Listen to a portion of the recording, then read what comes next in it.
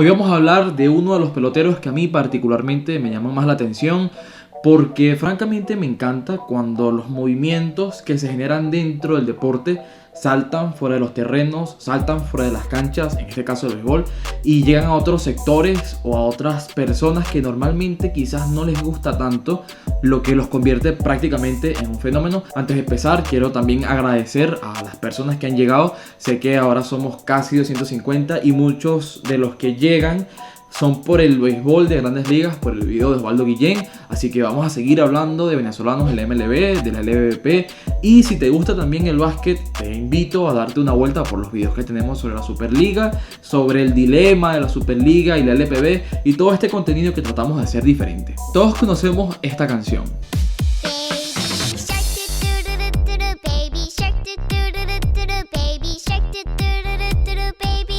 La cuestión está en que las personas que nos gusta el béisbol, las personas que nos gustan los deportes, no la conocemos precisamente por ser una canción de niños, o no solo por ser una canción de niños, sino porque hay un jugador que la popularizó, un muchacho venezolano que la hizo más famosa de lo que ya es, porque tiene miles de millones de visitas en YouTube, pero él le dio una identidad y la convirtió en un auténtico fenómeno en una ciudad muy lejos de la que él nació o siquiera de su país. Pero ¿cómo pasó esto y cómo ha sido la carrera de Gerardo Parra?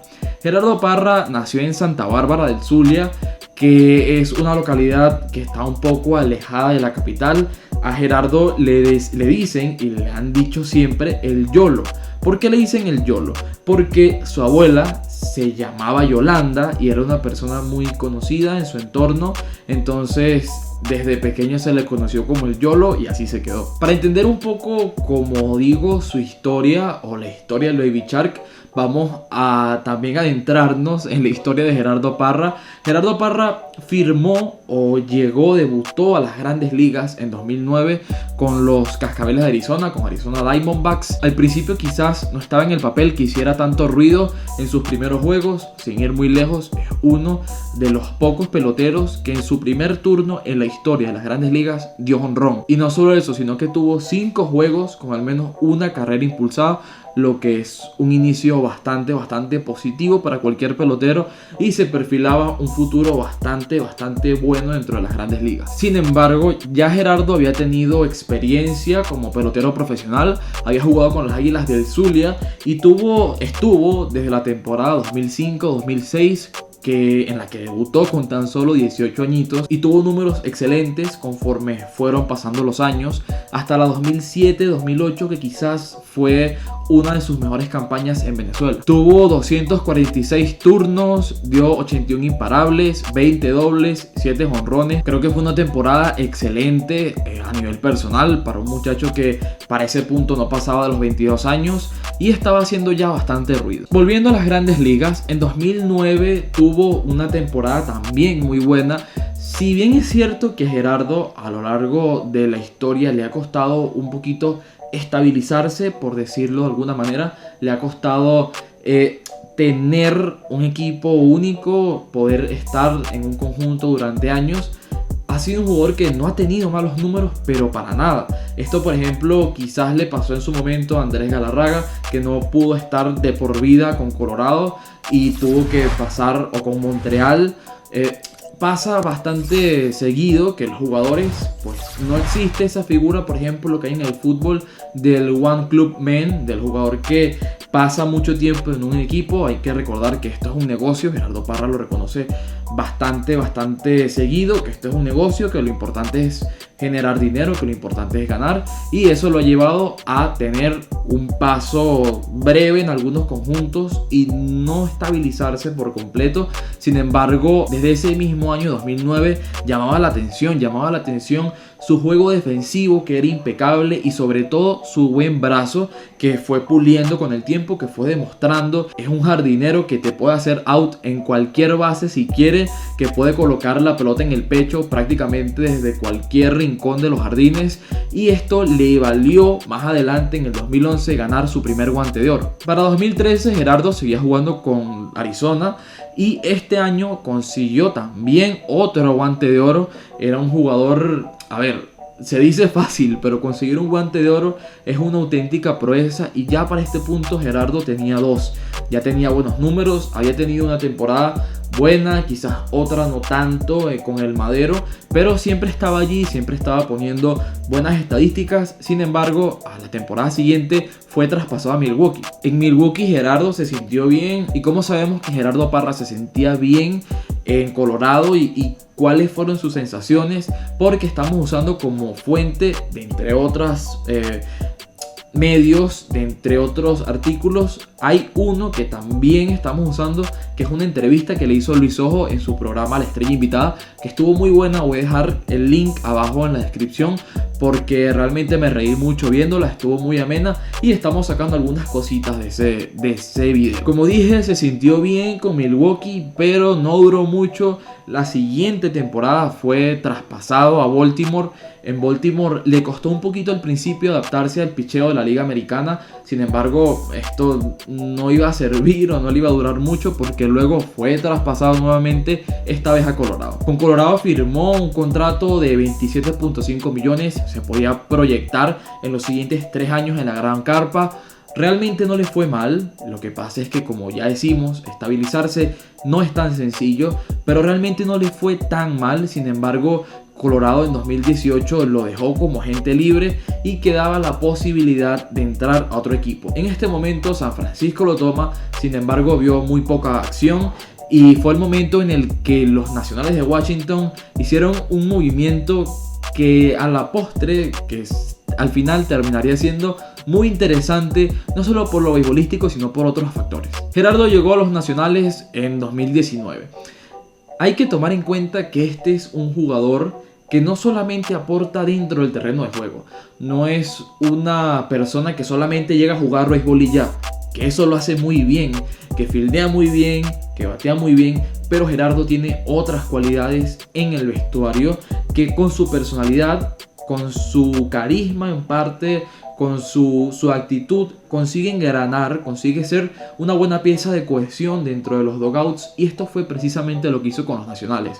De hecho, cuenta en la entrevista de Luis Ojo, que yo creo que es mi parte favorita de esa entrevista, cómo era el ambiente adentro, que, ayudado con Aníbal Sánchez, consiguió que todos los jugadores de Washington se integraran a esa actitud, a ese sentimiento o a ese clima tan venezolano o tan caribeño, y que al final terminó siendo bastante positivo. De hecho, una de las cosas que destaca era que jugadores como, por ejemplo, Stephen Strasburg, que de buenas a primeras no parecen tan carismáticos, o que quizás no tienen esa actitud latina, esa actitud nuestra del Caribe, ellos se integraron, ellos ponían música, el dugout era prácticamente una fiesta. Él dice que se convirtió casi en una familia, que a veces no importaba siquiera si perdían, porque sabían que podían intentarlo de nuevo.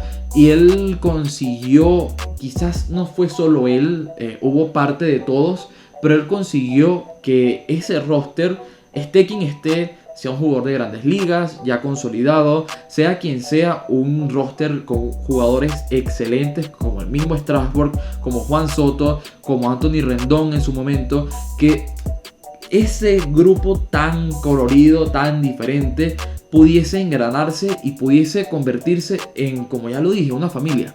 De hecho, una de las cosas que me llama la atención de Gerardo es su capacidad de decir las cosas, o su manera de decir las cosas, y la actitud que tiene. Se ve que no es una persona, o al menos esa es la sensación que da. Evidentemente uno no puede hablar sobre gente que realmente no conoce, pero da mucho la sensación de que no es una persona engreída, y él mismo lo dice, que le molestaba llegar a un dugout, a un equipo donde hubiese tanta autoridad de un jugador, que se hiciese lo que él quería. Él lo veía más como todos los jugadores están al mismo nivel, todos los jugadores son iguales, y eso se sintió en la postemporada, o bueno, prácticamente toda la temporada de los Nacionales de 2019, pero sobre todo en esa postemporada, en esa serie mundial, ese ambiente de camaradería, creo que fue bastante bonito, bastante significativo. Una de las anécdotas que cambió de cierta manera la realidad de los Nacionales es que Gerardo Parra, en la música que se coloca antes de ir a batear, no tenía como una canción fija, estaba probando, y Gerardo es papá, entonces un día llegó y no estaba teniendo un buen momento, tenía un pequeño slump. Entonces tenía la canción del Baby Shark en su teléfono y él cuenta que en la entrevista le daba el teléfono, cambiaba la canción y se ponía y le dijo al muchacho del sonido, déjala, no importa, colócamela. Entonces se dio cuenta cuando fue a batear, primero dio un doble, primero tuvo un buen turno y luego se empezó a dar cuenta que a la gente eso le llamaba la atención, que a la gente eso le interesaba bastante y empezó a capitalizarlo desde el punto de vista moral. También dice en esta entrevista, repito, dejaré esta parte que es la parte de sus sensaciones, la tomamos como fuente de esa entrevista, la dejaré aquí abajo, recomendadísima. También dice que fue un elemento esencial para incorporar al fanático, para traer al fanático de la tribuna al terreno, para que tuviese participación, que habían niños, y esto ya lo digo como una opinión, esto fue un fenómeno, quizás sobre todo dentro del mundo beisbolístico, pero esto fue un fenómeno dentro del mundo del deporte también. Todo el mundo empezó a asociar el Baby Shark con Gerardo Parra y es bastante curioso, es bastante bonito que un muchacho que nació en Santa Bárbara del Zulia, que nació bastante lejos de Washington, pudiese marcar tanto una ciudad hasta el punto en que se convirtió en un ícono. Y el Baby Shark está en el anillo de campeón, lo dejaré por acá en una imagen, está en el anillo de campeones, está el tiburón de los nacionales. Yo creo que esto es algo icónico, algo loquísimo. No sé si hay algún precedente similar, pero es muy bonito que personas, que jugadores de Venezuela marquen una diferencia, no solo desde el punto de vista deportivo, sino también con su personalidad, que es precisamente lo que hizo Gerardo Parra. Finalmente todo esto le valió a los nacionales la posibilidad de meterse en una serie mundial viniendo desde el comodín, porque le ganaron el juego de comodín, se lo ganaron a precisamente Milwaukee. Luego jugaron contra los Dodgers, pasaron ganando 3 de los 5 juegos. Luego barrieron a San Luis y luego tuvieron una serie mundial muy emocionante, una serie mundial que marcó el inicio de una carrera tan prometedora como la de Juan Soto. Y todo esto fue de la mano de esta camaradería, de esta actitud que se gestó dentro del dugout de los nacionales. Y yo creo que es épica. Yo creo que esta va a ser una de mis series mundiales favoritas, diría yo.